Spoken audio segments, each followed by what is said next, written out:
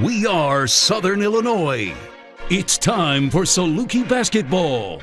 Now, here is the voice of the Salukis, Luke Martin. Well, there's a first time for everything, Saluki Nation, for this podcast. We want to have a game recap for you for the most recent one for SIU as we welcome you in to the Saluki Radio Basketball Podcast with the Hall of Famer Rodney Watson.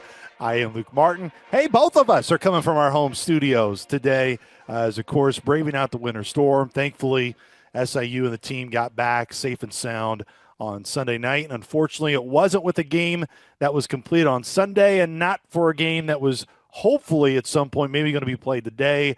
So now it's more of a wait-and-see mode to see exactly what happens with the game with Evansville. Well, we're going to talk about the trip, the uniqueness of it, and, of course, preview Northern Iowa here on Wednesday night. Head coach Ben Jacobson will stop on by and join us as well.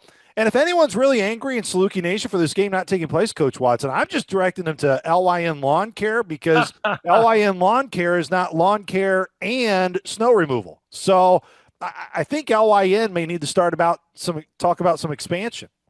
Well, we definitely help in terms of coordinating with our other buddies. And Cooper Ashby took care of the Watsons. We can get you hooked up with Cooper and his crew. And J&J just cleared our roads. I've got plenty of resources for you. We're just really kind of the middleman in that respect. Just be honest. You just don't want a monopoly there in Evansville because, you would just control it all. I mean, you got the lawn care mowing side down pretty good. I mean, if you took snow removal, all that sort of winter fun away, I mean, my goodness, you just want to have any time to yourself. I'm going to be real honest. I did not want to go see the Hart Group in Evansville. That's the reason why we stayed in our lane, as we sometimes say, Luke. That was really appreciate the people out there working. I just got off, just literally finished talking to the guy that I told him how much I appreciate him doing our street in our neighborhood. And he said, I've been up 30 straight hours. Man, you talk about a basketball game being important. It's like, I said, dude, you need to go get some rest, my friend, or you're going to be. I'm going to be giving you the resource of who to call next. But a lot of appreciation for everybody, and negligence is the big thing. And talking about this game, I know we're going to want to talk about a little bit about it, but you got to be smart in this era, especially when it's the old saying, better, Rodney. How many times that has been said in my life, and that's something that we had to make sure there was due diligence, and it's unfortunate. It's going to be an inconvenience to play later, but the reality is, as we said before this game when we were doing our last podcast, the last thing we want to be doing right now is talking about a fatality. Yes, and thankfully that is not the case when it regards to this game. So let's go through the timeline a little bit of what unfolded and how it unfolded for this trip to Evansville. Of course, the game was originally supposed to be played yesterday on Sunday as we record this on Monday at 3 o'clock. Now, there, of course, the forecast and everything that were coming in for this game, everyone knew that snow was coming. It wasn't a question of if any would come. It was just going to be the significance of it and how the roads would be. And to give a lot of credit, we bring him up, his name constantly on this podcast. And there's a reason for it, folks. He is a savior in so many ways for the Saluki program. But Justin Inslee, typically the ops role. I actually forget his big title right now off the top of my head. So forgive me, Justin. I think deputy assistant to the head coach is what we ultimately give him, which that's not even. The sheriff? We're referring to him as the sheriff now? The sheriff. I think there's way more, even better titles that guy deserves. But to try to help and make sure that SIU was in Evansville, yes, SIU got to Evansville. They actually moved their Saturday morning practice up. They were originally supposed to go, believe around like maybe 10:30, leave in the afternoon and get into Evansville in the early evening to try and beat the snow and beat the storm and make sure that they could get into town. They actually left and rolled out right around 10 o'clock, maybe a little bit earlier than that. Team got to Evansville about 1:30, 2 o'clock in the afternoon.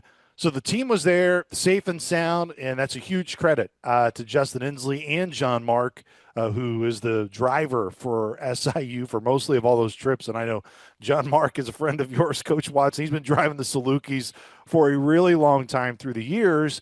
So everybody got there. Now the next hurdle for this trip was, will the officials get there? That, of course, was a major challenge. I believe it was Jeff Malum and Gene Grimshaw who were going to be on the game. They were in Terre Haute that day. They were able to make it down. did not hear officially if there was a change, but Tyler Kumpf was going to be the other official for the game. He was coming from Cedar Falls when he was doing UNI and Murray State. But from what we were told, officials, the Evansville Purple Aces stayed the night there as well. Their staff, their essential staff that they could use to get the game going, they stayed there as well. And the reason for it, to explain it for those that have never been to Evansville, the DoubleTree where everybody was is connected via Skywalk to the Ford Center, which means you don't have to step foot outside at all in the elements to be able to enter Ford Center. You can check into the hotel. That was the whole idea behind it. Let's put everybody downtown in the hotel. So if they get, which was probably 15 plus inches of snow like they did get on Saturday, ultimately on the Sunday, everybody's there and everybody could be played. That's what we thought was going to happen. We woke up Sunday morning and when I say we, I'm talking about us, the radio crew, we're actually about to head over to the arena, to the Ford Center, to set up the equipment and get everything going. And that's when we kind of got the heads up of, hey, don't head over quite yet. The hiccup on Sunday, from what has been explained to us, is due to of course, the city owns Ford Center. Ford Center is not an Evansville or University of Evansville building.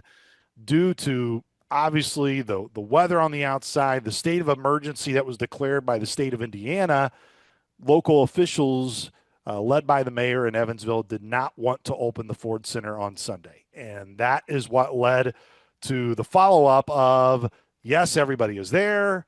All we got to do is walk across the Sky Bridge. None of that was, haven't heard if the mayor or if local officials knew that everybody was already in town. But that was the hiccup on Sunday. Of course, now we know the game is canceled. But when the game was canceled on Sunday, there was an initial thought of playing the game Monday at Meeks Family Fieldhouse. That, of course, obviously did not happen because we're sitting here recording this before 1 o'clock on Monday, which was hopefully going to be the tip-off time of the game on Monday.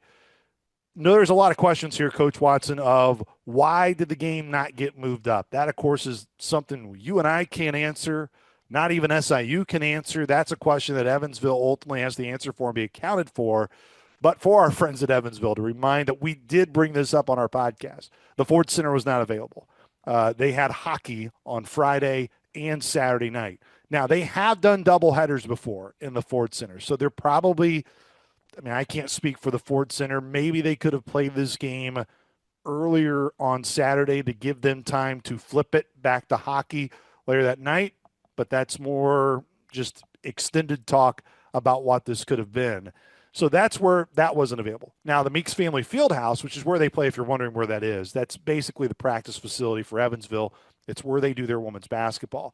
They had a dinner and an event already booked for the Meeks Family Fieldhouse on Saturday, so that's why they couldn't move it up then to play on campus to try to beat it in.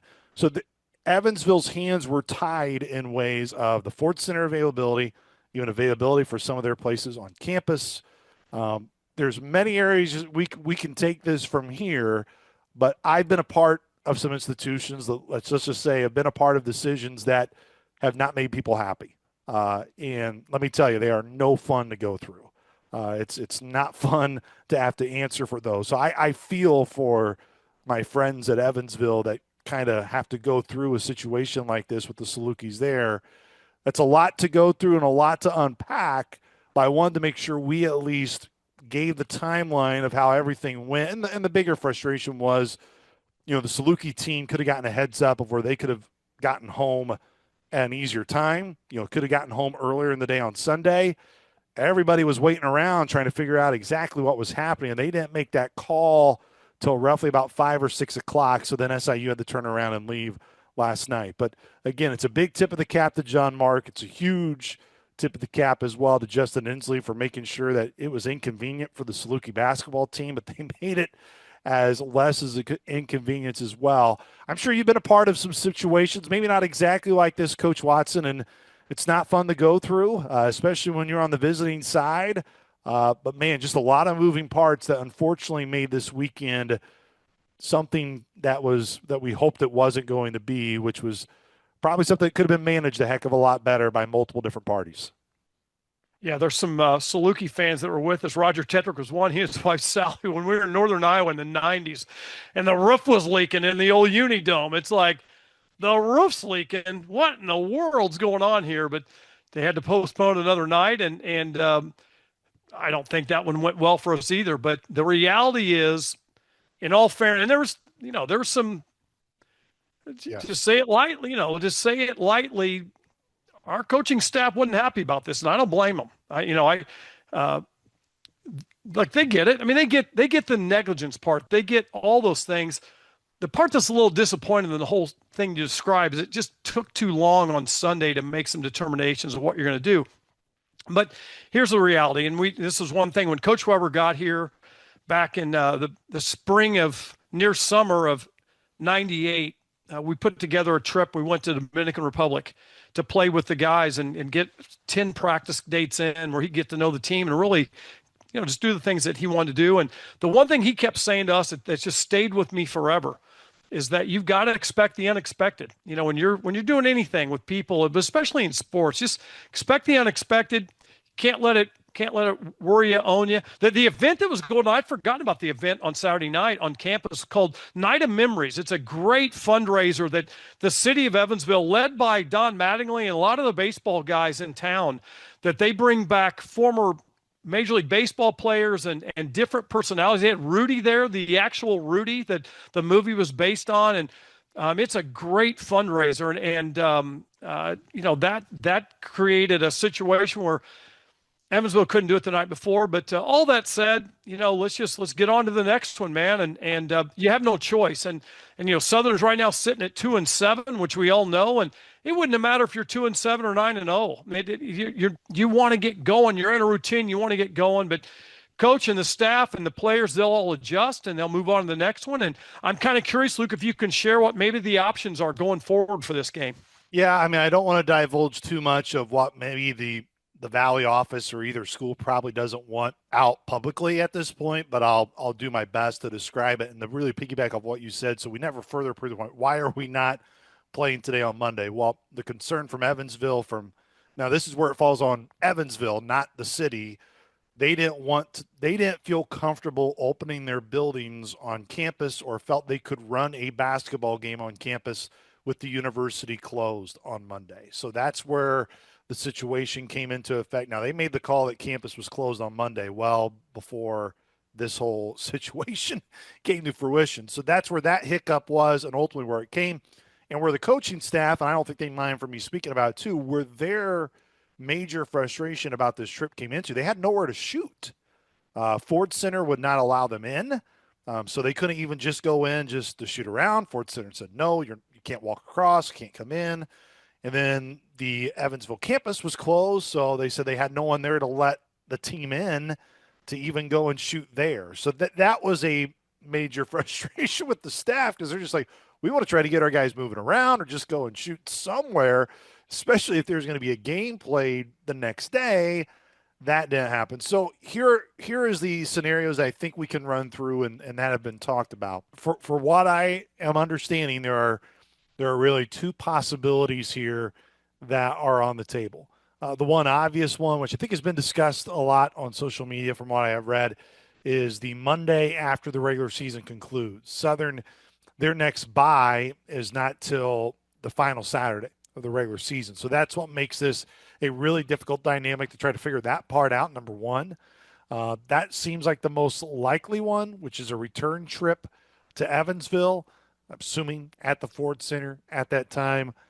Again, the negative side of that is for SIU, they've already had a trip where they've already had over expenditures to Evansville for this one. So that's intriguing. The other one that has been explored, I don't know if it will come to fruition, but when Evansville makes their return trip, I guess it will be the first trip of the season here to Carbondale, that could maybe be turned into a doubleheader in terms of not the same day, obviously, but it would be either the Wednesday, Thursday, with Thursday right now being the date where Evansville is already coming to Banterra, or Thursday, Friday. Keep in mind, SIU plays at Indiana State that Monday. They host Bradley on Sunday. They're already playing Evansville on Thursday.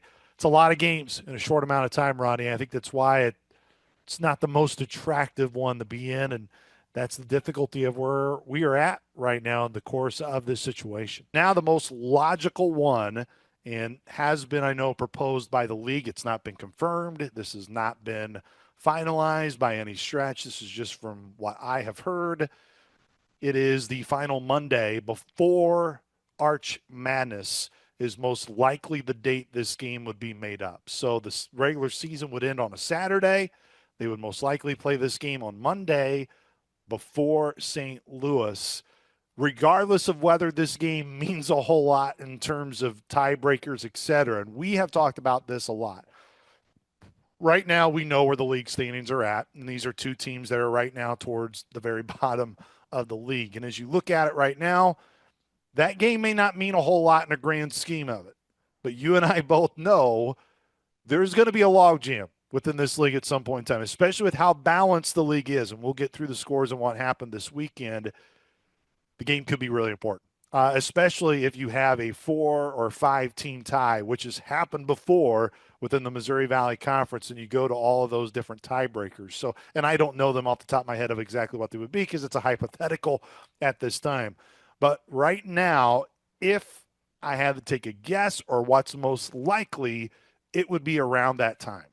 It would be that Monday. So that's February 25th. Keep in mind, that's Southern's last game is Wednesday, February 25th. They would have a whole week in between when they last played in St. Louis. And let's not act like that wasn't a point that we were talking about a lot here in Carbondale in terms of frustration. That what are we going to do, whether you're in a really good spot or you're going to play on Thursday? What are you going to do for that week? Now, in a way, I don't know if it's necessarily be ideal, and everyone would say, yeah, let's play a game on Monday. But now that could end up maybe benefiting SIU in a way. But there's many ways to go into it. But to answer your question directly, that looks like the most logical date for SIU to play before the conference tournament. It would be that Monday, which I believe that date would technically be Monday, March 2nd. Would be the day that they would try to get this game in. But I think that's the only date, Coach Watson, because no matter what, from an Evansville angle or an SIU angle, you look at it last week, I mean, SIU has the Iowa road swing at Drake and at Northern Iowa on February 18th and February 21st. Do you really want to put SIU on the road again, let's just say for that Monday? You're going to have them come from being at Iowa for a week and then have to go. And I know Evansville, luckily, thankfully, the one thing it's not a long road trip. It's a pretty easy trip for both of these teams, but still nonetheless, it's a major inconvenience. And that's why this game, they were going to do everything in their power to try to get this game in because the hands are tied, man, when it comes to what the conference schedules are for both teams that matter, but especially for SIU.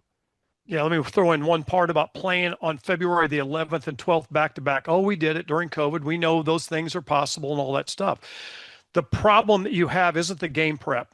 They are looking at 6 games in 11 days. Now, if you are begging for serious injury, when you start, 5 games in 11 days, that is what it is. And the old school minded thinking is, oh, these are young kids and they can recover and, get a good night's rest and they're ready to go. And look, these guys are, and you're playing depth and all this stuff. Look, when you're playing full tilt, I don't care what your record is, where you think your team is. Now let's flip another angle. So we're going to invite back those people that we lost when we told them how good UIC was about 3 weeks ago. And you say, they're 5-10, you guys. They haven't won a league game, and you're trying to tell us how good. Southern should walk in there and win that one. Well, no, they haven't lost since. They've won 6 in a row, and I'm going to be as bold to say there's this much separation between the Salukis and the Flames. Now, are the Flames playing great right now? Absolutely, and teams go through that. But the reality is, who's to say in 3 weeks, 4 weeks, we're not sitting there saying, we need to play this game, and I don't really care where we play it because there's a whole lot more at stake than just playing a basketball game. The next factor, kind of the third part of it, is that obviously there's nothing we can do about it, but the snag with going back to Evansville, folks, these games aren't cheap. When you talk about the price of a bus, try pricing that out for a good 36 hours to 48 hours, and then having to do it again for another 24 hours. Hotel rooms, they're not giving those away anymore. Meals for the entire travel party. I mean, we're talking about thousands, seriously thousands of dollars that's going to come into play. And that's what, to me, I look at all factors. When you look at, we're talking about a lot of money in college basketball for other things that we've said. The last thing you need to be doing is making decisions. That's probably the most frustrating thing. And if I'm critical about one part, it's like you and I saw each other in the lobby somewhere between 8 and 9 o'clock in the morning. And frankly, the decisions that were made at 5, 6 o'clock at night, they really could have been made at 9:30 in the morning, because the realities you're talking about this. Well, why, Evansville is a private school. They make their own rules. They can say whatever. Look, you have one person come in that you've asked to come in for security for whatever reason, or you have a fan that comes to the game and they wipe out on some ice or whatever. We know the word negligence and how serious things are. And, there are just a lot of factors that go into it. But I guess the only criticism I really have in the way things were handled, and I'm not going to speak for the coaches, but I got a feeling from a coach's standpoint, all right, you can't play it. Let's go on to the next phase. And, what are we going to do next? The time frame is the only frustrating part that I think, should have happened. The decision, no doubt. What can happen next? I won't go over it again, what I just said, but look, with this team, with this Southern team, and I know you don't want to believe it right now. If you're a Saluki fan, listen to us. Yeah. We are this close from flipping this thing. And if you want to talk about any of our opponents, tell me who really is dying to play us right now, regardless of what our record is. Well, I can guarantee you that Casey Alexander and Belmont would not be saying, yeah, let's sign up and play the Salukis again, because, of course, they saw how that went on their home floor, and then ultimately another close game at the rally late to beat SIU in Carbondale. And, yes, to your point, too, about that's no doubt the biggest frustration of the ball is the weather was already in place and everything was already there at 9:30 in the morning when all of those decisions could be made. But that's enough of that. We dove into it. Let's move along now and take a look, because we don't have a game to talk about. This is weird. We don't have a game to talk about. But let's talk about the rest of the games in the league in the Missouri Valley Conference that happened on Saturday. And let's go ahead and begin in Terre Haute. Man, Drake, they went on the road, beat Indiana State 76-62. We talked so much about, of course, the run that UIC has been on. Team that also Southern has seen during this stretch. Drake, they're starting to play some of their best basketball, and who else than Jalen Quinn leading them again. Coach Watson, 27 points on the day for him. And Owen Larson, that's another key piece that's starting to play really good basketball for the Bulldogs as well. 21 points for Owen Larson. A game they really dominated in the second half. They put 50 up in the second 20 minutes to win that game and pull away in Terre Haute by 14. Didn't have a chance to even look at the box score, but I got to believe it's the people we're not talking about that are equally as important, like Federico and the bigs that are setting up opportunities for these guys to score. I mean, I come back to Coach Henderson, just the way he spoke to us, it's been like a prophet, man. He's you as a coach, you sometimes got to, I talk about not getting in your own way. Well, there's times where you got to fake yourself out, and you got to believe as much. Like the thing I was just talking about, the Salukis, this coaching staff has got to believe what I'm saying. And I know they do. It's like when you're coaching, you have no choice. Remember what he said to us, and when we talked to him, Coach Henderson goes, when I got to South Dakota State and I was an assistant, and we were looking at not even making the conference tournament, he goes, that is not an option. No, we can't think about that stuff. And that's where you got to be mentally. And obviously that's where he's got his program with Drake. You go to Indiana State, you've talked a lot about him because you know a lot about Indiana State and just the variables of going to Terre Haute and playing. And that's a good win. Really good win for the Drake Bulldogs. As again, now Drake able to improve on the year, and they are now 11-10 overall. They are now even 5-5 in the Missouri Valley Conference as they are at the halfway point. Indiana State falls to 9-12, and they are 2-8 in the Missouri Valley Conference. A game that got moved up from Sunday to Saturday because of the incoming storm was Belmont and Illinois State. This game took place in Nashville. Belmont had an 8-point halftime lead, and then The Redbirds, all their starting five got in double figures and tried to help carry them over that finish line. They had a great start to the second half, but ultimately it was way too much as Belmont. Jabez Jenkins, 14 points as a starter, but how about Owen Dillon, Coach Watson? 16 points. He was 4 or 5 from 3 off the bench. Another young, talented player in this league that we have talked about because we've already seen Belmont twice, but wasn't surprised to me, man, as I tuned into that game and was listening to John Fitzgerald and Mike Matthews and hearing the name Owen Dillon going off, because that guy is no doubt having a great year so far. A skilled forward. He probably calls himself a guard regardless. He's got length. I don't know how tall he is in terms of actual size, 6'7", 6'8", whatever number you want to throw at him. But when you've got skilled length and you have a coaching staff that believes in you and just, put you out there and put you in spots. I mean, Luke, every time you mention his name, don't you go back to thinking, why did Dillon get the last shot for him? It's like they go to, like, I had said it, and obviously it shows you that I'm fake because I don't know what I'm talking about. When a guy I'm anointing as an NBA player is going to find a way for the ball to touch his hands in Lungblade, and the ball didn't touch his hands in that last possession when Southern was down in Nashville, and it went to a freshman of all people.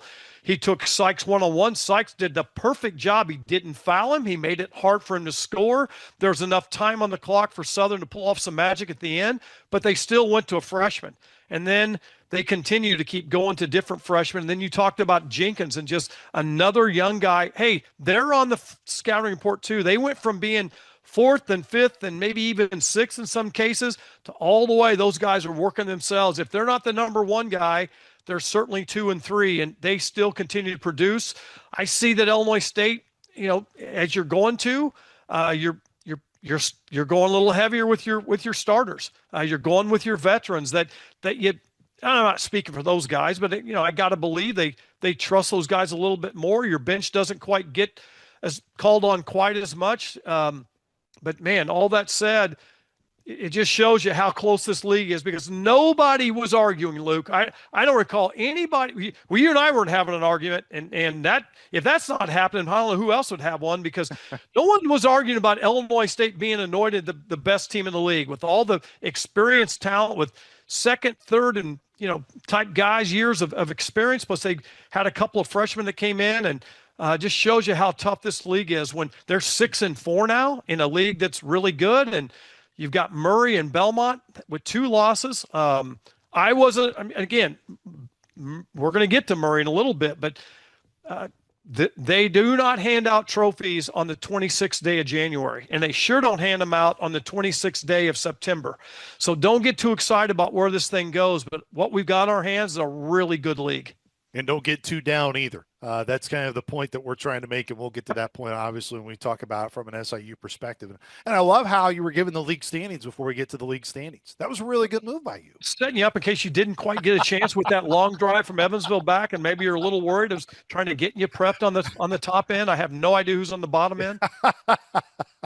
One minor note, by the way, for that Belmont-Illinois State game, Aiden Noyes, you may remember, he had a good game against the Salukis in Nashville last year, scored 13 points. He had been out since early November.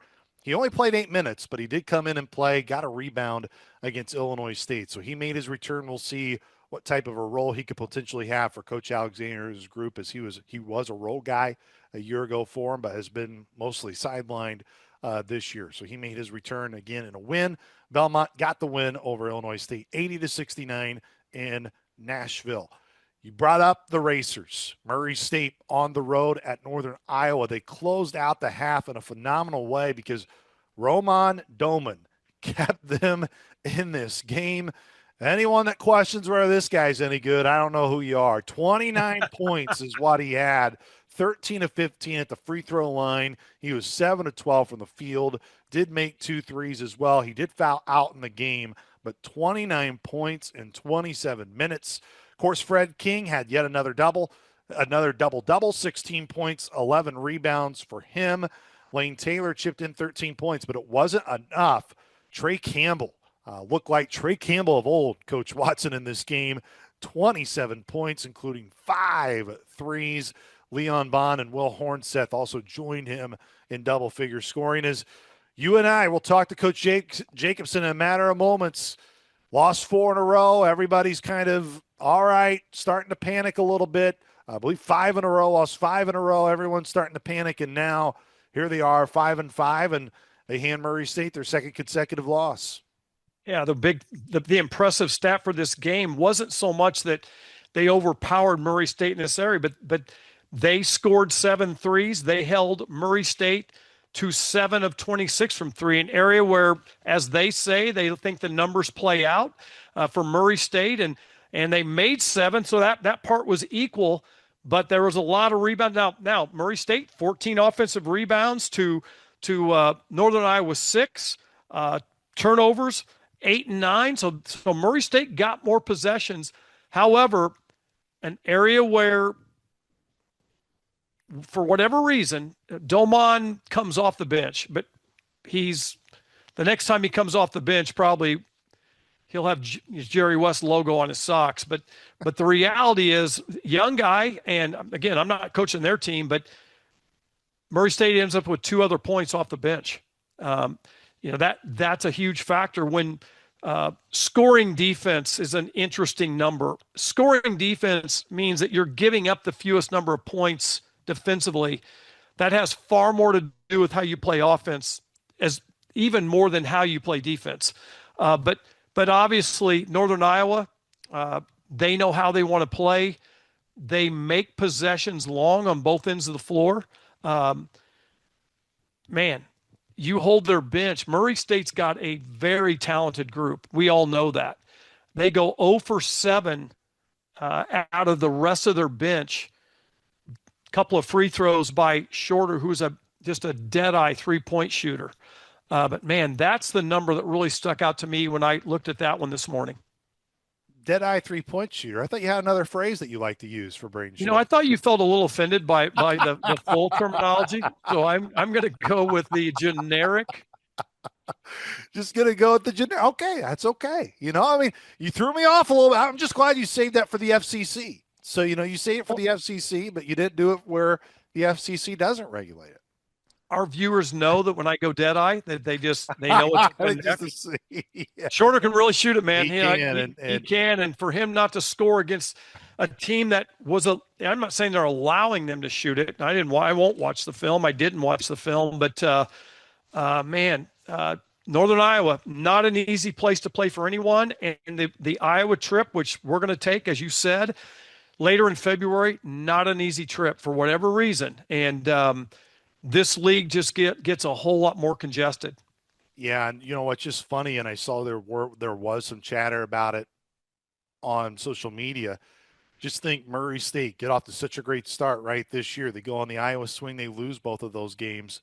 Last year they were sitting at 1-2 in the league after losing to Illinois State at home, and then they had to go on the road to play UNI and Drake. They won both those games last year. And, of course, it was a team that ultimately finished 2 games below 500 in the league. It just goes to show you, man, year by year, this league is just extremely difficult, and especially when you go on the road. Again, the final score from this one from Cedar Falls, 81-76. Northern Iowa beat Murray State in that game on national television on CBS Sports Network. Talking about a team that is living by their nickname right now. The UIC Flames are about as hot as you can be. It is the second consecutive year that they have gone to Peoria, and not just one, but won handily. They pound Bradley, and that's putting it kindly. 85-70 was the final score, as the Flames have now won 6 in a row. We thought Elijah Crawford being back would make a really big difference for them, Coach Watson. And, man, I think his game spoke volumes. 5 of 6 from 3, 26 points. Andy Johnson in double figures as well with 13 points, knocked down 2 threes. Josiah Hammonds had a really big night off the bench. 5 of 8 from 3, 18 points in the game, as they really hold Bradley in check in that game. And the Flames are playing.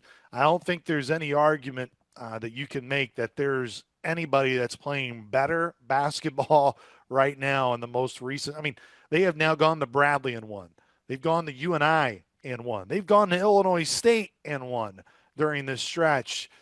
this is a team that's playing really good basketball right now. And we're going to see him pretty soon, by the way. But Yes. they, when you get Doug Knopfsek's attention, like Crawford has, I get a text somewhere when we're in Evansville, and Doug, who's now doing analyst for ESPN Plus, and he's a great addition to this group. Really good basketball junkie guy and terrific shooter in his own rights. When you get Doug's attention, you're a pretty good player. It's one of the first thing he hit me with midway through that game. This Crawford kid is no joke. The guy that you're going to help me with the name, the left-handed shooter that was good. The third guy you mentioned is Josiah Hanson. Is that Hammonds?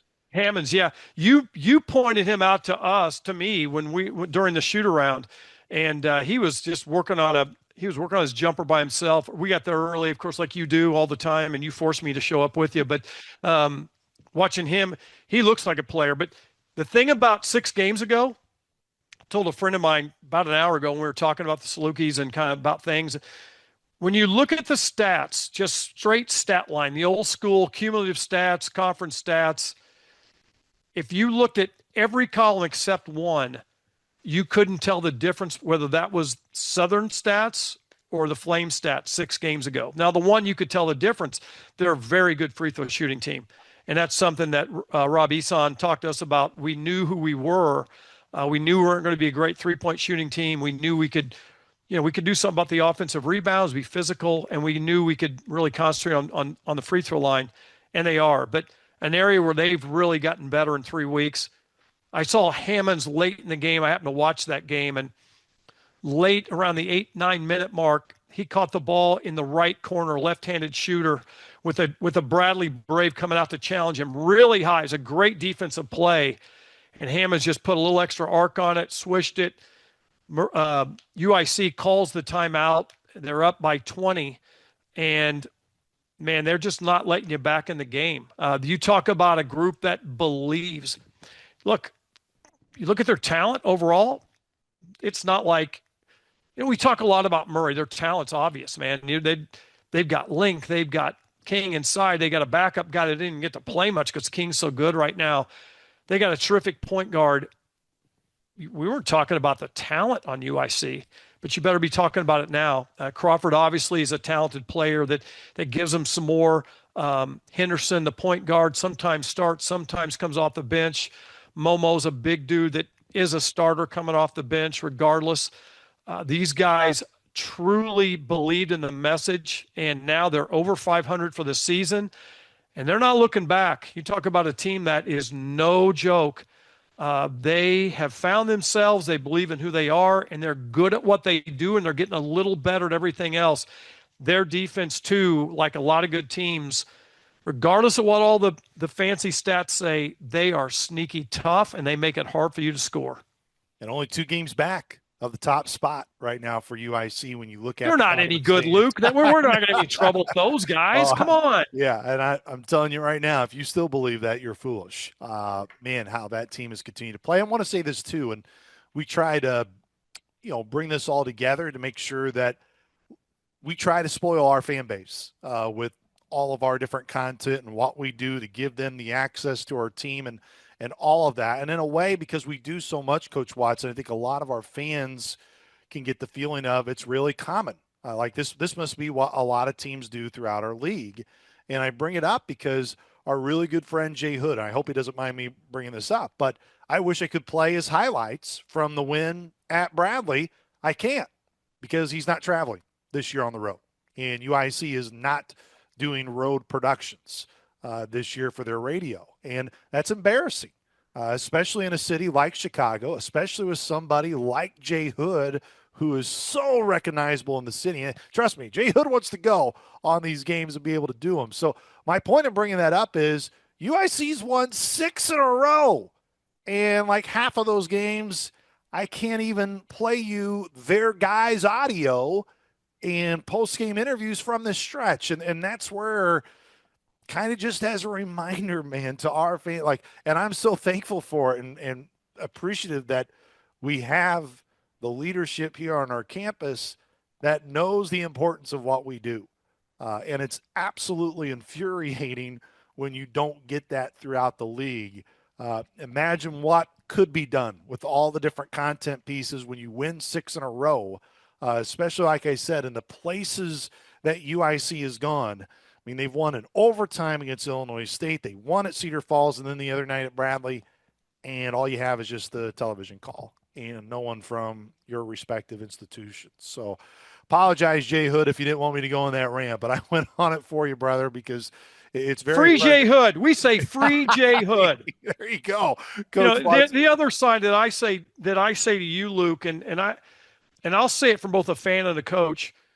Fan bases want inside information. I love the television thing. Look, hey, we got what we wanted. Remember I said coaches want more salaries, better facilities, want players, and we want to be on TV every night. Well, we got it. The snag with the TV side, and our guys do great from, you know, all the guys that do it. Just mention Doug and, you know, Mike Trude and Larry Larson and everybody else that's doing it. They're great. And we're so lucky to have such that great option.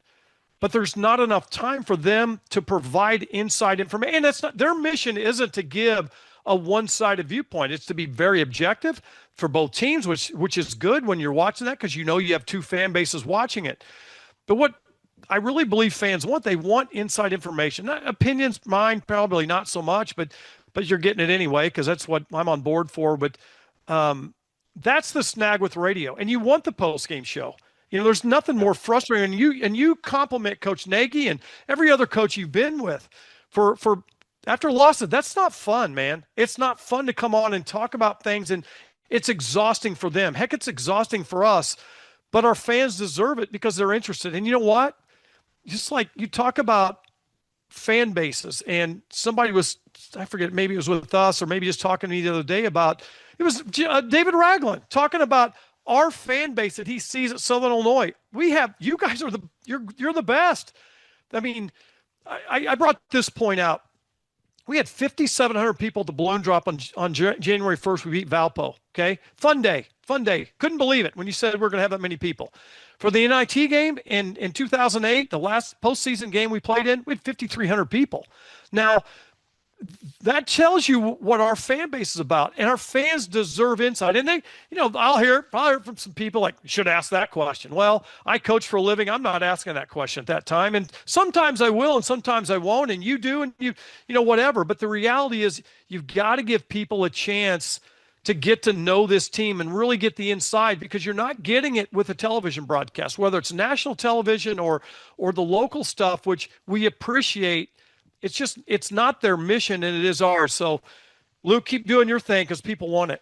No, absolutely. And it's really important, and it's essential, to be honest, especially for fan bases, and not to say everybody wants the point. I get from Belmont being in Nashville, UIC in Chicago. You want to point to being a small fish in a gigantic ocean of things to do. We all are in this thing to build the excitement level for our fan bases. And when you're not promoting it as much as you should be promoting it, don't be going, man, I don't understand why our crowds are where they're at, because you got to exalt. Go ahead. Let me interject on something on that part. You're talking about Nashville and Chicago and being a small fish. How many teams in Nashville are 18-3 right now? I mean, Vandy's having a great year, right? Who else is really good? Well, Tennessee's all the way down. They're not in town. All right. What about in Chicago? Who's won the last 6 games in Chicago in any sport right now? Yeah. It's like, man, if there isn't a good story to be told there, I mean, yeah, Illinois in Champaign. You'll say, well, Illinois is a Chicago fan base. Sure, great. Okay, they had a big win over Purdue. Congratulations to them. Who's won 6 in a row? Not too many teams in Chicago. Give those fans a chance to get to know you and follow you and really believe, and tell them we're the 9th best league in the country. I mean, Nashville, SEC country, I get it. You're a Power 4, and Chicago, you've got DePaul and you've got the Illinois thing going on. Yeah, I get it. But you've also got a team that's the hottest team in the 9th best league in the country. That I'm telling you this right now, if they were to go to the NCAA tournament, whoever gets them, whatever seed it's going to be, you better have a healthy locker room, because you're getting a team that's got a really good one coming at you. So maybe that's the message you shoot in Chicago if I were them. Absolutely. You are spot on. Let's get to the league standings here before we bring on Ben Jacobson. Belmont and Murray now deadlocked. They will see each other at the end of the week as we get into the schedule here upcoming. Bradley right behind them at 7-4, 2 games back. Illinois State and UIC tied at 6-4. So you have 3 teams right now with 4 losses. Again, with the uneven schedule at this point now becoming more uneven because the Salukis and Aces did not play. So it's going to look a little bit awkward as we continue to go along. So 3 teams with 4 losses there, with Bradley 7-4, Illinois State and UIC at 6-4, and UIC has beaten both of the teams in front of them that they're tied in the loss column with. So keep that in mind as you go throughout the year. UNI, who's coming in here on Wednesday night in Banterra, they are 5-5. They are tied in the loss column with Valpo. Valpo at 4-5, just a half game back of UNI and Drake. Drake sitting at 5-5 in the league. SIU and Indiana State, they are tied in the win column at 2 wins apiece. SIU at 2-7, Indiana State at 2-8, and then the Aces right now are in the last spot at 1-8. Evansville, they will now head to Drake on Wednesday. So a tough road trip for them right after, as they were supposed to be at home again this past weekend against SIU. So let's go ahead and take a look at the week to come here in the Missouri Valley Conference. There will be a game tomorrow, as weird and trouble to comprehend that here after our chaos here the last couple of days. Indiana State, they'll try to put out those flames. They will see UIC Tuesday night in Chicago. That tip will be at 7 o'clock. Again, all these games are pending any sort of weather changes here, as we are early here on Monday recording this. Wednesday, UNI, of course, comes in here to SIU. That will be a 6 o'clock tip here local. That, by the way, is on the MVC TV network. So the guys that you were mentioning earlier, Mike Trude, Larry Larson, and, of course, Doug Novsek, they won't be on the call for that one. It'll be a Valley TV crew coming in to produce that one. Evansville at Drake.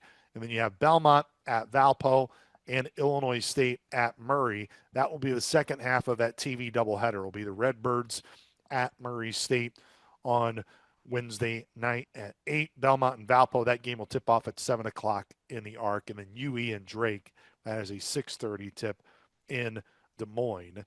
And then we'll get to those games later on in the week once we get there, because who knows what the travel schedule could be like. I know there were teams all over our league that were having unique travels. Let's just say that, with the winter storm hopefully being behind us and get to some, I say warmer weather, but it's going to be cold here for a while here over the next couple of weeks. All right, Ben Jacobson, the dean of the Missouri Valley Conference.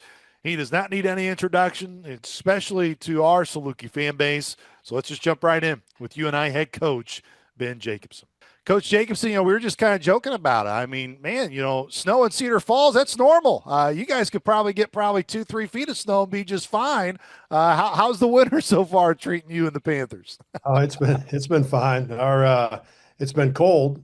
Yeah. Cold. The last 4 or 5 days has been it's certainly been a little colder than normal, but it's been fine. As you guys, we know each other well enough. I'm a North Dakota guy. The snow, the cold all that has ever meant to me, fellas, is that it's basketball season.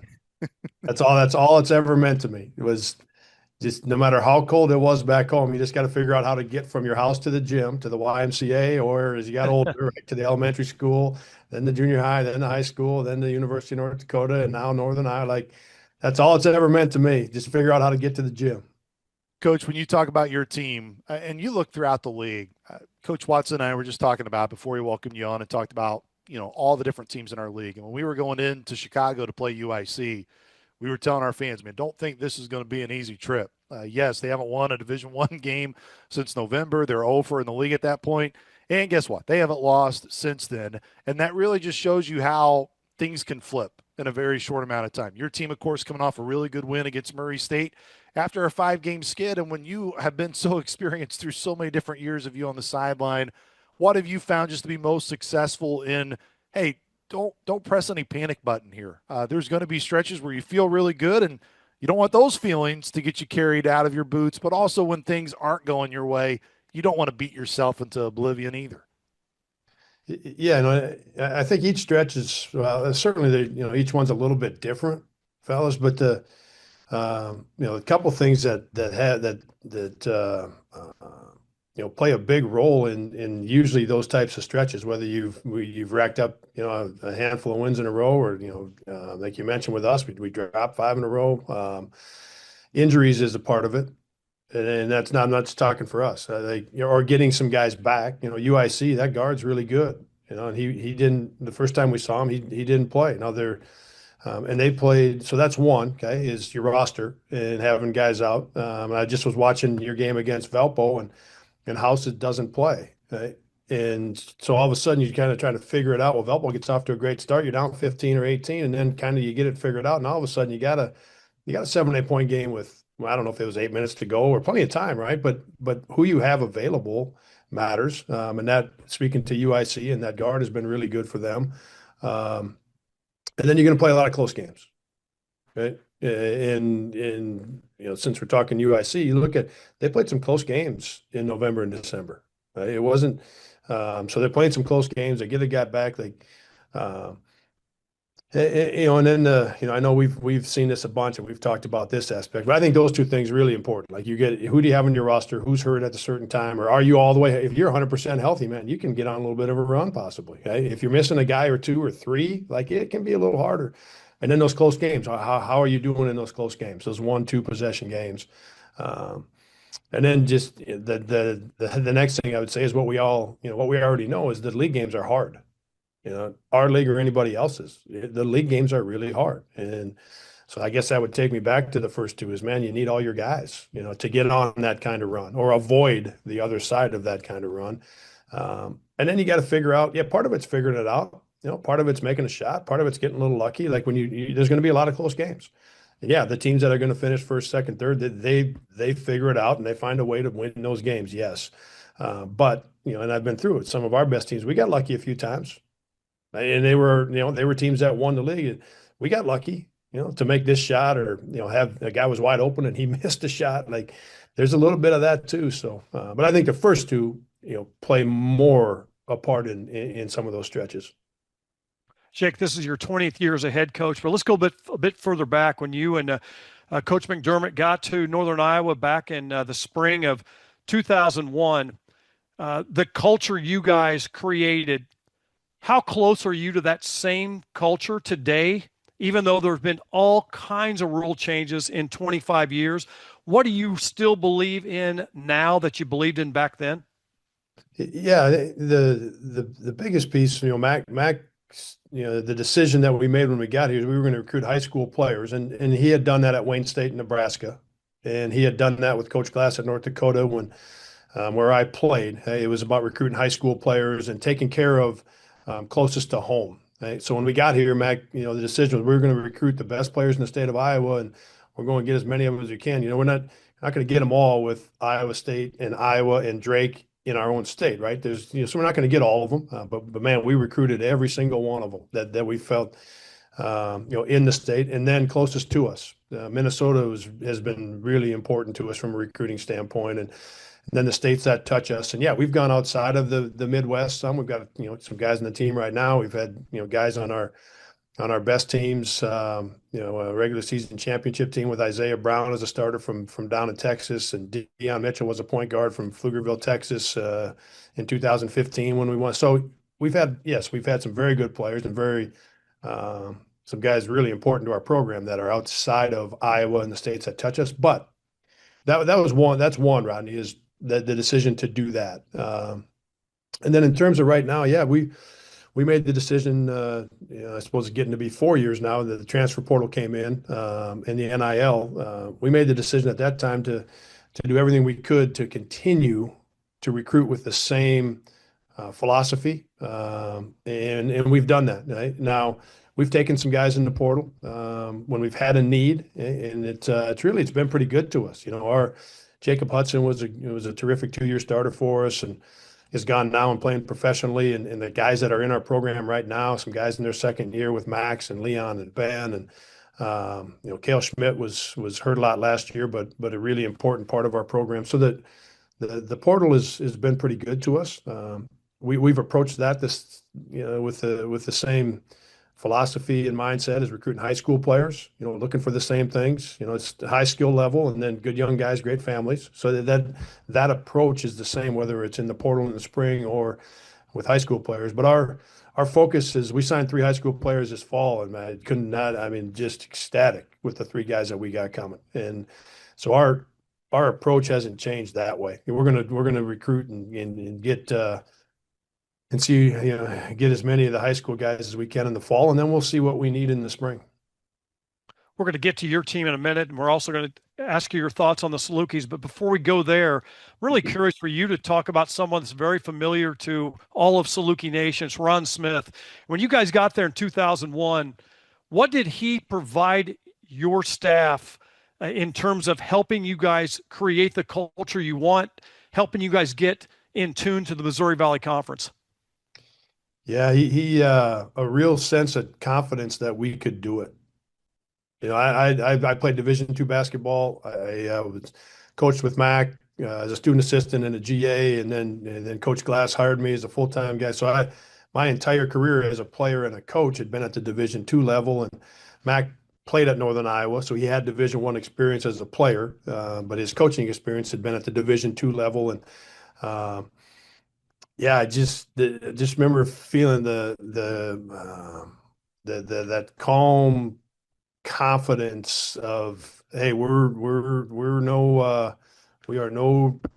going to be no different, no better than anybody else, but we're not going to take a back seat to anybody else either. Let's put together a good plan and we can get this turned around. Like just that confidence. And then his experience, knowing the league and knowing the caliber of player, caliber of young man and their family, like just his experience in that part of it, and knowing what it was going to take from a roster or personnel standpoint.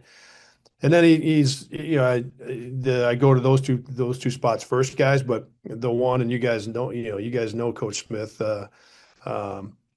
and Mac started saying it. It wasn't too long after we got the job.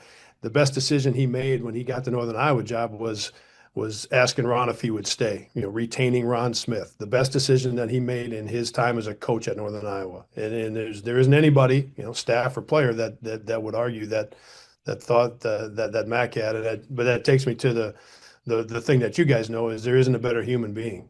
And so then that becomes a fabric of your program. So yeah, Coach Smith did all of that for us. Coach Jake, it's one of those areas that is so crucial, especially it's been very popular and a buzzword when it comes to what Kurt Signetti has done at Indiana, and it's been the talent evaluation process of any program. And for you, you talked about you want to really emphasize in getting good high school kids, getting into your program and develop them. And there's been no secret. Your program has been really good in developing great players in the Missouri Valley Conference. In terms of your evaluation and the talent evaluation aspect on it, has it evolved through the years of what you really fluctuate and go towards, or has there been a common steady thing that you've really stayed on track of keeping you in that guideline light to know where you need to look to ultimately find the right fits for your program? Yeah, I would tell you it's been consistent, and hasn't changed much. I mentioned it, briefly. The high skill level has been important to us, regardless of the position you play. We haven't always had a center that takes a lot of threes or makes many threes. A couple of years we have at the center position, but we haven't always had that piece. But outside of that, most of our guys, power forward on down, are guys that are going to take threes and make threes. The ability to handle and pass the basketball all the way through that center position. Even some guys that haven't shot threes for us at that center spot have been skilled enough to handle the ball and pass the ball. So from a basketball standpoint, the skill level has been very important to us and still is. And then just the good young guys, great families like that. I know that includes a lot of things, right? I mean, you're talking about diving on the floor, and you're talking about timing of passing. A defensive guy commits, and do you hold it for one more second just to see if you can get to the next spot so you can shoot, or do you feel the committed defender and immediately your timing is really good to get to the next guy, and like taking your academics serious, having being respectful, and good young guy, great families brings a lot of things into the equation, and I realize that. But working through the relationship to get a really good handle on that, because that's at the end of the day the consistency, the ability to feel like you can get as close to that roster's potential each year comes back to the type of young guys you have in your program. Because you are going to have, we're 12-3 and 4-0, but we just lost 5 in a row. And if it isn't the guys and families, the way they were raised, that are made up of the things that I'm talking about, and that are going to trust you that, hey, each game counts for one. Right? And the fundamentals are just as important today as they were, 36 hours ago before we either won that game or lost that game. Having young people that are able to grab onto that and, again, really trust that those things are true, and it's going to be in the long run. Right? You can get as good as you possibly can with that roster if that's who the young guys are.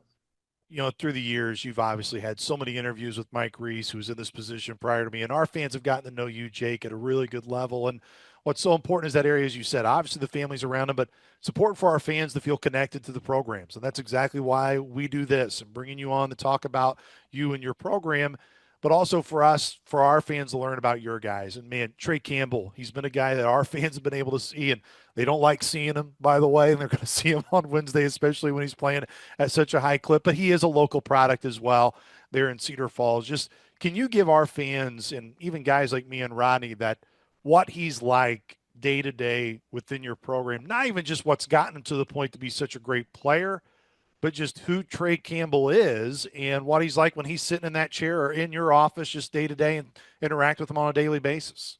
Yeah, he's a lot of what people see, whether our fans, of course, know him better, but whether it's our fans or opposing fans, what they see with that he keeps his emotions pretty well in check. Whether a great play by him or a teammate or a play that didn't work out, like you don't see a lot of emotion from him in those moments or during the course of the 40-minute game. But before practice, a little bit during, but before practice, after practice, around around their houses when they're together on the bus, the plane, like he's funny. There's a lot of personality that most people don't see just because his competitive excellence and he's made so many big shots for us, and not necessarily or always just a last shot. Okay, there could be 8 minutes to go and we were up 8, now we're up 2, and he makes a 3 like that. He's done that a lot in his career, but he keeps that to himself a lot, right? And his competitive nature, but he's got that in him, super competitive. You just don't see it much, but like I said, he's fun. He's got a ton of personality, and we've been lucky to have him. He played really good against Murray, and that stretch, and we all had that stretch where it was game 2 days off, game 2 days off, right? We all had the same stretch, right? So ours wasn't different, but I didn't do a good enough job of getting him some rest in between the games. He's going to play a lot of minutes, right? And that so that we know on game night he's going to be out there a lot, and we need a lot from him. But we tried to get him some rest here over the last week to 10 days, just maybe the last week in particular, a little more rest in between the games. And he seemed a little bit fresher against Illinois State, and he seemed to have a little more, moving a little better against Murray. So hopefully, I've learned my lesson. You'd think after 122 years I'd figure this stuff out. But anyway, man, we've been so lucky to have him. He's doing great. Just a blast to be around.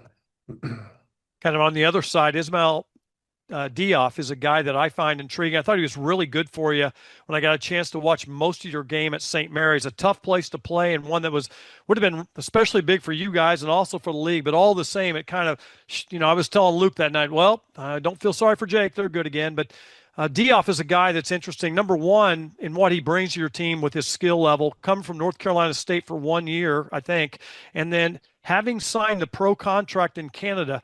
Does the recent ruling that with, whatever the next ruling has been, whatever day it was with pro players, does that potentially give him more time with you guys other than just maybe the 1 year?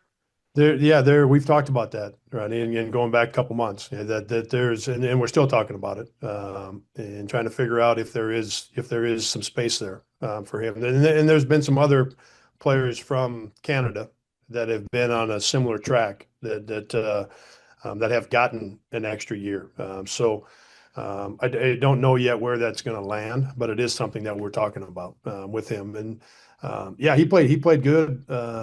And he against St. Mary's, and he's played well in other games.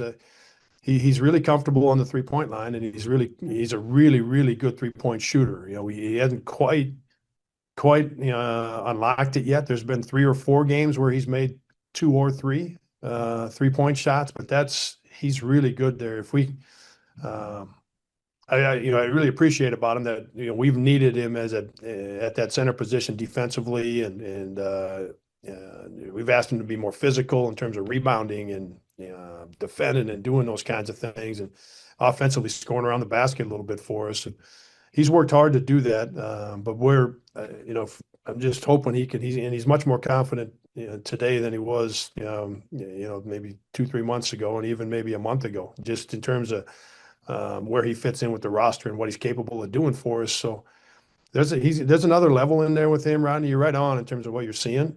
And if we can, if we're able to help him just one more level where he picks up even a little more confidence in that 3-point shot, because at that center spot, that's a tough guard, as we know, right? In our league, if you've got a guy at that center spot that can stand out there and make threes for you, and we believe he can. I know he can. We just got to see if we can get him over the hump where we can get 2 or 3 of them a night out of him. Maybe you can get him there next Saturday. Maybe, hopefully, we're rooting for that one. But in between that side of it, Jake, I know in my own career, and I'm curious to know how you feel about it. Sometimes as coaches, we get in our own way, and sometimes we think certain things, and whether we think we're really good or we're not really good. What do you do to keep yourself grounded on knowing what your team's good at doing, and what your team's not so good at doing? Where do your eyes go on the stat sheet, or who do you rely on your coaching staff? Where does that go for you at this time of year when, man, everybody's kind of all over the place? The one number that I look at the most is the defensive rebounding percentage, and I've always felt like kind of the old school, just make it as hard as you can, as often as you can. So stay in front of the ball and contest a shot, but block them out so it's one shot. So that the Ken Palm is what I look at for those numbers is but the defensive rebounding percentage, and we've gotten much better. We haven't been as good a rebounding team this year as I feel like we should be. Now, in saying that, we're right at just about 74%, which is about between 20th and 30th in the country. So we've gotten better there, but that's the one I look at a lot. The turnover one is one that, and this team has been good there. I think we're around 9.5 a game. So we've been really good there. Those would be the two. I'm not shooting percentage that I don't, I don't look at that. We talk to our guys about putting time in, you just put the time in, right? And when you're playing, enjoy it, right? And trust that your work matters. So shooting percentages, I don't really pay attention to. Now the shots that we're taking, right? I mean, that's something that obviously we watch and we talk about with the guys, and why we're looking for, shots at the rim and free throws and catch and shoot threes, like they're the most efficient shots. Like that part, yeah, we're working with our guys on that. But in terms of their percentages, making, missing, I don't. That isn't something that I get into.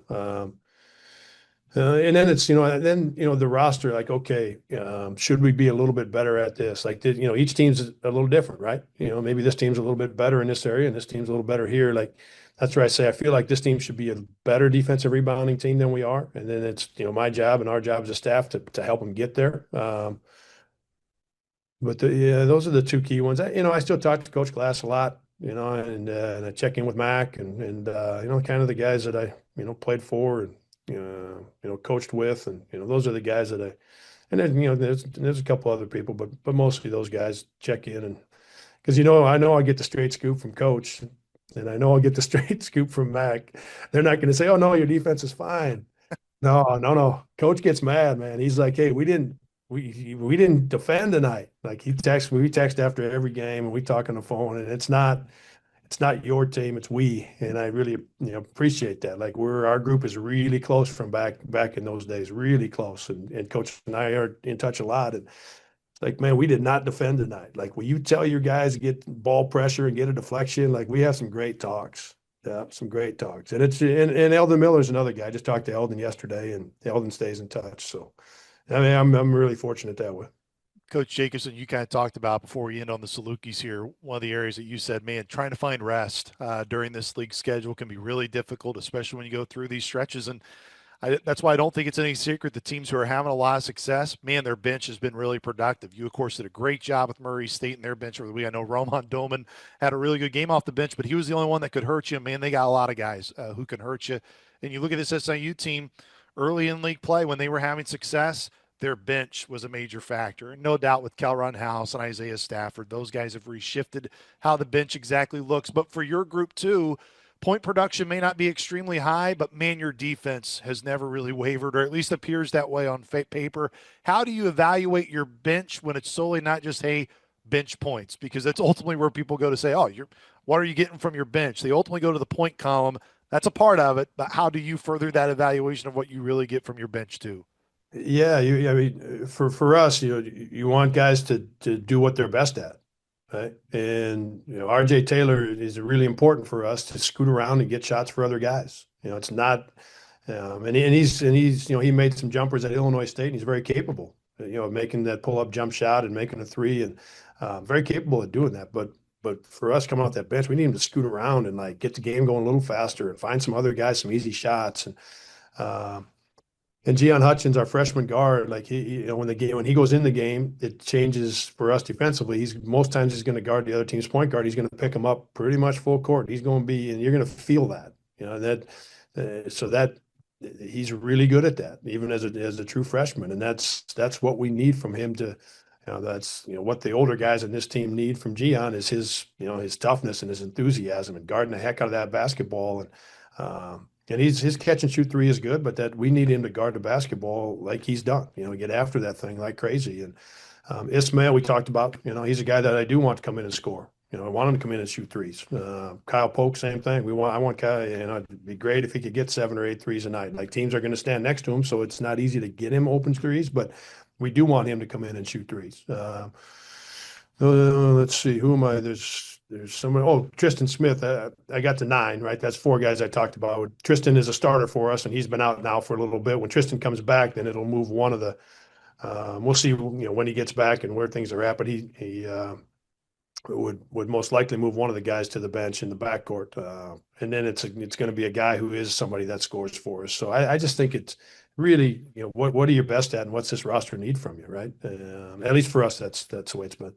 Kind of allude to it, Coach Jacobson. Look, we could talk to you all day. We're not going to keep you all day. Rodney would keep you all day, but I'm not going to keep you all day. We know you got a lot of things to do. But kind of the last note, talking about from a Saluki perspective, when you're in it, when you're around your team every day, like R-Dub and I are, you feel like, man, even when you're going through a tough stretch, it's like you're not that far off. You're like, man, there's just a few things here or there where it's like it could maybe be flipped. As an opposing coach, do you see that from a program, even though you may not be there every day, when you turn on the film, you go through and you get prepared for a scout like you will with SIU here on Wednesday? I mean, how would you describe it, Coach Jacobson? Because you've been around this thing a long time and different things of knowing when teams are close to maybe turn a corner. Yeah, and some of what I would talk about is back to where we started, right? Having your roster. You have 1 or 2 or 3 obviously really starts to. But even 1 or 2, like, for us, we were without RJ and Max. So Benny is now the backup point, right? So he's not getting practice reps at that small forward spot, where we need him to be getting reps and continuing to build our team.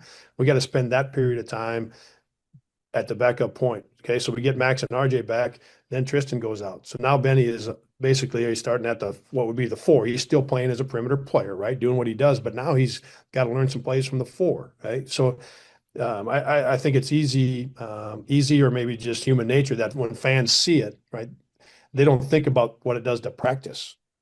And they don't think about what it does to a guy who's got to learn different plays, same plays from a different position, right? So that's one, right? Having all of your guys. And I know that there's been some of that. And then two, the close games, right? And like I said, sometimes you find a way to win them. Sometimes you get a little bit lucky and you make an open shot and the other team misses an open shot, right? And there's lots of in between there, but it isn't always that our team just didn't finish it, right? Sometimes it just happens to go that way, so it's close on that front. And then the Valpo game I think is a really good example. As I talked about, that you slow start. Valpo's at home and they've played good basketball and one that looks like they're going to run away and get 20-25 point win. And there is a really good chance if two plays go different at about the 8-minute mark, that thing may be a one possession game going down the stretch. That to me speaks as much as anything to two things. One, the team is very close in terms of winning an individual game or going on a run. And the other is the guy who's coaching them and the staff, the head coach that you guys got. Coach Nagy's as good as it gets. And his consistency, you don't come back in that Valpo game and make it, you give yourself a chance if the guy who's leading the charge, he doesn't have all the, he's a great coach.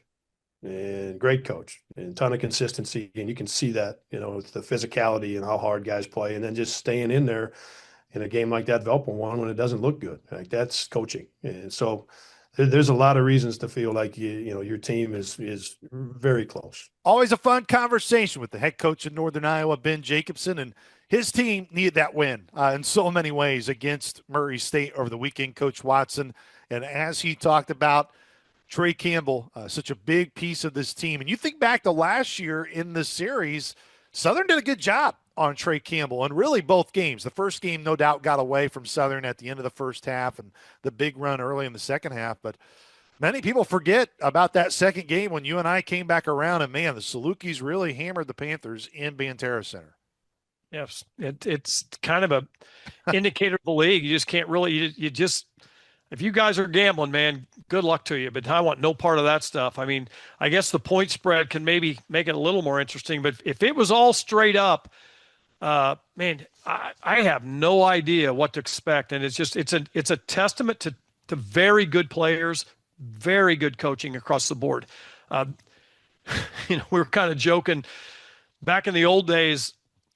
You didn't mind seeing some guys down at the other, and they probably looked at with me on the staff. They're like, hey, if that's an assistant, we're going to be okay. But man, in this era, golly, there's a lot of strength from left to right on those benches, and I think it's a big reason why the league's so good, and certainly why games are so unpredictable.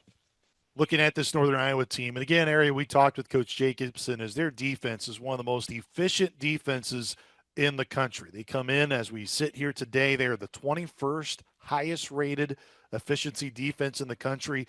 Even though they had the skid of losing 5 in a row, Coach Watson, they play low possessions, and I know many will point to that. They are almost at the very bottom of the country in terms of possessions, right at 61.9 per game, so 62 possessions per game. So not a lot of points are going to be scored to begin with, but you can't fool around with the efficiency number, and that is 21st in the country, very similar to where Drake's defense was a year ago.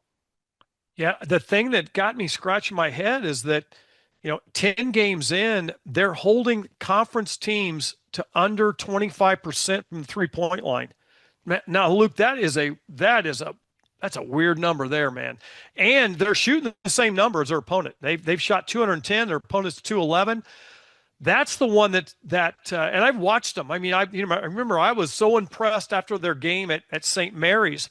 They got beat by a possession late, played a really good St. Mary's team on the road. I thought, man, this team is something, and I still think there's something. That's why I've never worried about Jake's team, no matter whether they win or lose. And but man, that number from three, there, and when you watch them play, it's not like you're watching Jerry Tarkanian's defense, where they're just long and over it. And it's like, or even like Syracuse's link with Boeheim's teams when they had All-Americans with 6'4", 7'4" wingspans.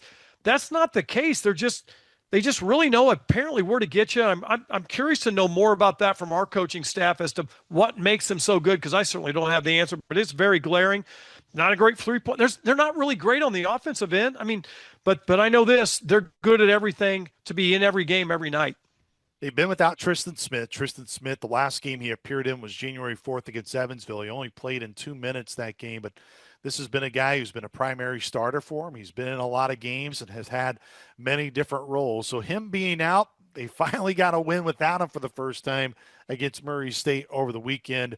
But so many other names. Ben Schweiger has been a guy at times that we have talked about. Of course, when you had Schwieger and Schweiger in the league, it's like, okay, which one's which, right? You kind of got to remind yourself, which now Schwieger, of course, being gone at Valpo, Schweiger still in here. But Will Hornseth, I know, has been a guy that you have really enjoyed watching, Coach Watson, and I don't think he's had the quite of a year that he would like, but he's coming off one of his better games against Murray. Yeah, not a great free throw shooter. Matter of fact, a bad free throw shooter in league play, under 40%. Not a guy I'd want to foul anyway. Maybe you get some sample during the game, but he's a guy that he's one of those guys you think, oh, come on. And then boom, he gets big steals, I'll tell you what he does. He's a 50-50 ball guy. And he's the guy that just wears you out on the things that don't necessarily show up. He'll get the tip from behind, or he'll dive ball that gets to somebody else's hands and gets credit for the steal, but he's in the middle of everything. Another guy that I'm really impressed with is a new guy and he's an interesting one. It's Ismael Diouf. Comes from North Carolina State, but he was a professional player, signed a professional contract in Canada. They list him as a senior. I'm going to be interested with the recent court ruling. Is he really a senior, or does he have more life down the road from college basketball? But he was a guy back early in non-conference when I got a chance to watch him play. I'm like, oh, man, they got another one of those guys, another new guy that's just big and kind of just puts himself in spots, and he'll just up and under you and elbow with his left shoulder and then find a way to score. And while his numbers aren't gaudy by any stretch, he's coming off the bench now, and he gives them some good depth from that spot. However, that's something you and I've talked about. Coach Jacobson's depth hasn't been great. I mean, it hasn't been scoring productive. I gotta believe it's defensively productive, or I don't think they'd get on the floor to start with. But from a scoring standpoint, this is a team that doesn't hurt you necessarily with their bench, and you can't let it help you. It's one of those deals. It can't be the game where all of a sudden the bench really becomes a factor. Coach Watson, kind of one last piece, this UNI team, say one last piece. They got really multiple pieces, but Leon Bond went through a year last year that wasn't healthy towards the tail end of it, never really got back to his full self. When he has had some really productive games, man, that has changed things for Coach Jacobson and his team when he plays really well. Yeah, his rebounding piece, and we just heard from Coach Jake about how important defensive rebounding in particular is to them, and just a big part of their defense in terms of not giving second chances. He mentioned, when he talks about defensive rebounding and turnovers, you're talking about possessions. He understands the value and the probability when you get more chances to score. You got a much better chance to get the outcome you want. Bond is a big factor, and he's a 50-50 guy also. This, just hearing Jake talk just reinforces why you never worry about a Ben Jacobson team. I mean, they're always going to be in the mix, no matter what their roster looks like. But you talk about, when you look at his roster, I think it's 4 freshmen, 3 sophomores, 4 juniors, 5 seniors, and a grad guy. I mean, it's just, they know what they want. They want to know who they are. Certainly he talks the part about the family thing. And his point is, in this day and era where everybody seems like they have the right to call you 24/7, which you really don't have that right to ever do that. They've got the group that they're probably got it looks like when you lose 5, and his alluding to winning that 6th one, you've got to have a good locker room that believes in the message and believes in the fundamentals and believes on the diving on the floor and then going to class. You don't need the other nonsense to screw up your team. So all those things together, and Leon Bond's part of that. Trey Campbell, he should be in the Hall of Fame there for staying 4 years. I mean, that's Hall of Fame status now. Just, again, it's the message that these guys are receiving, and it seems to work for them. Well, and to his point as well, when he was talking about SIU, and it's I know in a way for fans it may come across in a different way, but there's so much truth when he says, hey, you need some luck sometimes. And not everything is, well, we just didn't close every time. And it was kind of refreshing to hear that from just a different coach and a different voice of, he's saying, man, you watch those games and shot here or there. And how often, man, it is at times can be one shot make, one that did go in that ultimately misses for the opposing team where it can change. And that's where I want to end it, Coach Watson, is just from this SIU angle. You were hoping that you get a rebounded effort on the road against Evansville, which was not going to be an easy game by any stretch of the imagination in Fort Center. You didn't get it. So you had the weird travel to Cork, which we got into all of that at the start. Bottom line, Salukis want to find a way to get on the winning side here on Wednesday.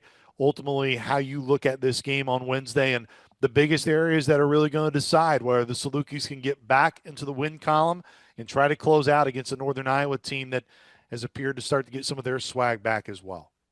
Yeah, a couple of things that Southern's got to live up to. Their reputation is they're physical and they offensive rebound. So it's going to be a clash of what Northern Iowa feels they're good at, and that's defensive rebounding, which is going to clash directly what Southern's good at, and that's offensive rebounding.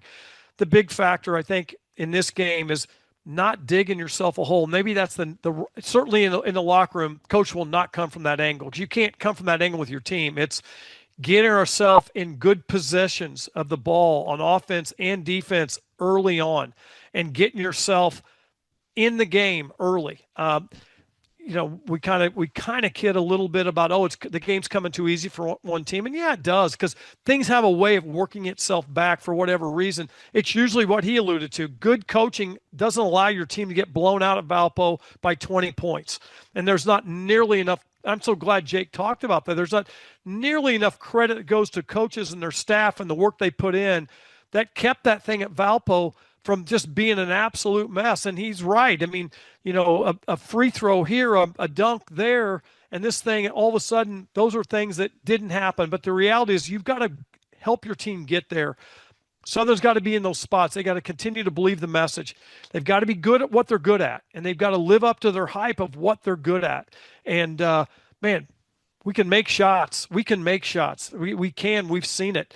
And so we step up, we make shots, we do the other things, and those will be the things that'll get this thing where people are talking about us. Man, I thought Salukis were dead in the water, but apparently they're not. And we are truly razor thin close enough to get in there. Keep in mind, too, the last two times, there's only been 3 games this year where SIU has trailed by a margin of 20 or more. Those 3 games are Memphis, at Memphis, at Murray, and then at Valpo. The last 2, Southern came back to force a tie at Murray State. Valpo never got to a tie, but they at least got it back to within striking distance. So those are 2 games that could have easily gone the other way that Coach Jacobson was just talking about. Those early deficits of trailing by that margin, give credit to Coach Nagy and his staff for finding a way to help instill the guys to get back, have a chance to win those games, and we'll see what happens here on Wednesday. Now, I'll tell you this much. I know in Cedar Falls last year that after the first meeting, Coach Jacobson was spending a lot of time with his group of trying to say, hey, this Saluki team's good now. It's a much different team than you saw in late December, and we know how that game went. It went well in favor of SIU. I know there's different pieces, but I don't think this Northern Iowa team on Wednesday is going to need any convincing different after the last time they were in Banterra Center. And we will all be there on Wednesday night with tip at 6 o'clock. Our pregame coverage will begin at 5 o'clock. So for the head coach of Northern Iowa, Ben Jacobson, for taking time to join us here on the podcast, for our Hall of Fame coach, Ronnie Watson, I am Luke Martin saying so long, Saluki Nation. We will talk to you Wednesday night from Banterra. No dogs. This has been Saluki Royalty, the official podcast for Saluki Athletics. Don't forget to subscribe, rate, and review however you listen. The preceding has been a Learfield presentation on the Saluki Sports Network.